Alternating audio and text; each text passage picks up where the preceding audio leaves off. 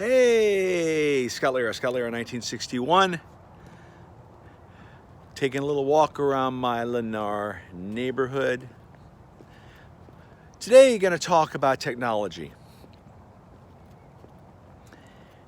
Thomas Cook is a travel agency that was founded like 1841. And Thomas Cook from the UK took like 500 people on a trip, So that was basically the first travel agency ever. Now, how have travel agencies changed over the years? Well, look at Expedia.com, Travelocity, Vacations to Go. So many things are online now that travel agencies have really they used to be on every corner, right? You could go into a travel agency and they'd have a lot of brochures, a lot of books, pictures on the wall, Bora Bora, Tahiti, all these things. And people would go in and a husband and wife would sit down with the travel agent and they would paint a picture of their perfect trip. And then it was the responsibility of the travel agent to put that together and, of course, slide that price across the table and yay, we're going to do it. But have you been to an airport lately or a bank lately or even Target or Walmart? It's become automated, impersonal. You go to, look at Target, right? And I do this at Target. Marty will call me, hey, can you pick up something on the way home? I go to target.com, click, click, click, boom. And you don't even need to get out of your car to go inside Target or Walmart to get your stuff. If it's enough money, at Target, at Walmart, it's like 30 or 50 bucks minimum. And the guy will bring it right out to your car for you. So with travel agencies, that's kind of the way it's gone too, where people will just go online, click, click, click. But those same people that want to save 37 cents or maybe $1 to go online are the same people that will go on Facebook groups, Carnival Elation group, Carnival Magic group, whatever. Hey, I got a question. What time do I need to be in the port? Do I need to this? Do I need to that? And that was the responsibility of the travel agent to be able to give those answers to those questions. But because somebody wants to save a buck, they're just going to ask everybody else in the Facebook group these questions. And it gets a little frustrating. A very close friend of mine says, you don't always get what you pay for, but don't expect something that you didn't pay for. And what does that mean? I've said it before on these videos that you go to the Ritz-Carlton, you're paying whatever, 200 bucks a night. You may have a lumpy bed or the AC may break, whatever, but you're paying Ritz-Carlton price. But don't go to the Motel 6 and expect Ritz-Carlton quality. A couple guys with white gloves out there greeting you as you pull in your Bentley. So with travel agents, that's something that I really enjoy sharing with people, my passion of cruising, travel, all-inclusives. It's a lot of fun because when you're passionate about something, you want to share it, right? If it's a movie, if it's a game, if it's your grandkids, whatever it is, you want to tell everybody about it. And that's why I love sharing my passion of cruising and the all-inclusive resorts with people, because that's a passion that I have. And that's something, I just can't push down. It's something I love doing it. And if anybody knows why this thing keeps flashing when I'm recording, please message me and let me know. So with Thomas Cook, been in business since 1841 or something like that. They had like 600,000 approximately guests all over the world on cruises, traveling, resorts, whatever. And boom, they filed for bankruptcy, liquidation, and these people are stranded.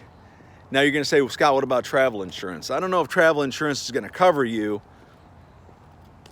for the company going out of business. However, a lot of media attention is being paid to these people being stranded, and it's not good. Now, you would think, I guess Thomas Cook has their own airplanes, so if they're liquidated, if they are out of business, those planes aren't flying. So I get that part of it. But going back to automation and technology, you always hear Musk and you hear this guy, Andrew Yang, that technology is going to drive a lot of people out of the workforce, out of their jobs, and that's absolutely true. And I'm not just talking about horse and buggy, you know, that the guy who made the whip or the guy that made the shoes for the horse. I mean, I'm talking about nowadays, like I said, even with Walmart and Target, or for example, like I was at the airport the other day, and there are very few ticket agents, but you go to the kiosk, right? And you swipe your passport, you do this, oh boom, the luggage tag comes out, you can place it on the belt or whatever. But, and even at banks, right? Marty used to be a teller at Bank of America, and now you're finding fewer and fewer tellers, right? I go to Bank of America, and they've got these kiosks, you know, through the drive-thru now, right? You don't have people at the drive-thru. Hit the button. Hi, I'm Susie. Welcome to Bank of America. How may I help you? And you do your banking, and you're off to the races. Yeah, technology, there's a lot of good about it, but again, there's a lot of bad about it. Do you remember, I remember with Y2K, you know, people were taking a lot of money out of the bank, you know, saving money, buying gas, because they were concerned that when the computers flipped over from 1999 to 2000, you know, the sky would crack, you know, the earth would split, and it'd be game over. And a lot of people prepared for it just in case, because if computers go down, what's going to happen? And you have to remember, like during 9/11, what happened. I think a lot of ATMs, the banks flipped the switch to allow the controls to be off. So even though you may have only had $400 in the bank, it let you have like $20,000 supposedly. But then people are like, hey, I got $20,000 in the bank, withdrawal. And then like, 6-7 months later, the banks go, wait a minute, we shouldn't have taken those controls off. And they were going back to people saying, hey, listen, you didn't have $20,000 in the bank. I thought I did. It said my balance was, or I tried taking $1,000 out and it let me. So anyway, technology is a two-edged sword. I mean, everyone loves technology when it works. As I, mentioned, and I didn't mention this, but let me just say, when I went to the Cubs game, right, about a week or so ago, back in the day, you'd have a ticket like in your hand, right? And now you have to use the MLB, Major League Baseball app. And you see the little baseball scrolling across it to make sure that you're live, and you hope your internet connection's working.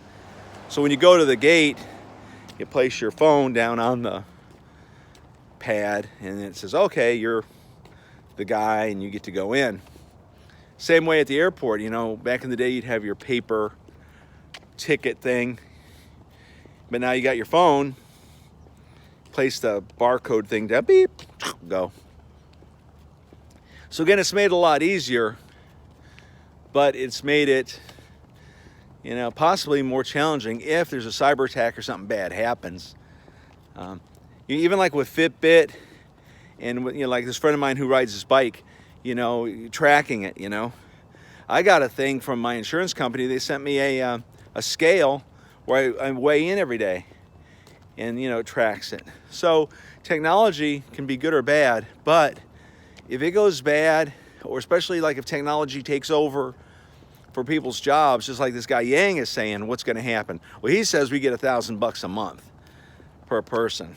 Okay. I mean, we're already, $20 trillion in debt? Anyway. So that was my thought for the day about technology. And, my heart goes out to all those people who are stranded with Thomas Cook, who put their faith in this company to give them a great vacation, and now they're stranded. Also, I did want to point out something I read this morning at the UN Climate Change Conference. The Minister of Barbados, I guess, had a small working group of people, and they reported that if something isn't done about climate change, there's going to be a lot of migration, and it's going to hurt Barbados and the Caribbean, which, of course, would hurt tourism. Now, we all know what's going on, like with Alaska and all these other places. And it's funny how the news is spinning it, because you hear, oh, ships that could not traverse through this frozen ice pack. Now, because of it's warming up, oh, now ships can go through and trade is going up, and it's actually a good thing. Now, this lady from Barbados, I mean, I'm sure she's being as honest as she can, saying that if something isn't done, that Barbados and some of these other Caribbean countries are going to be adversely affected. Migration, people are going to be leaving there, and it'll be difficult. But I thought that was kind of interesting too. You may want to look that up. Appreciate you listening today. Hope you have a great day, great week. Scott Lara, 1961, thecruisegenius.com. Have a great day. For home health, welcome home care. Just email me, slara1961@gmail.com. Be happy to help you with any parents, relatives who need home health care. For your travel needs, thecruisegenius.com. Have a great day.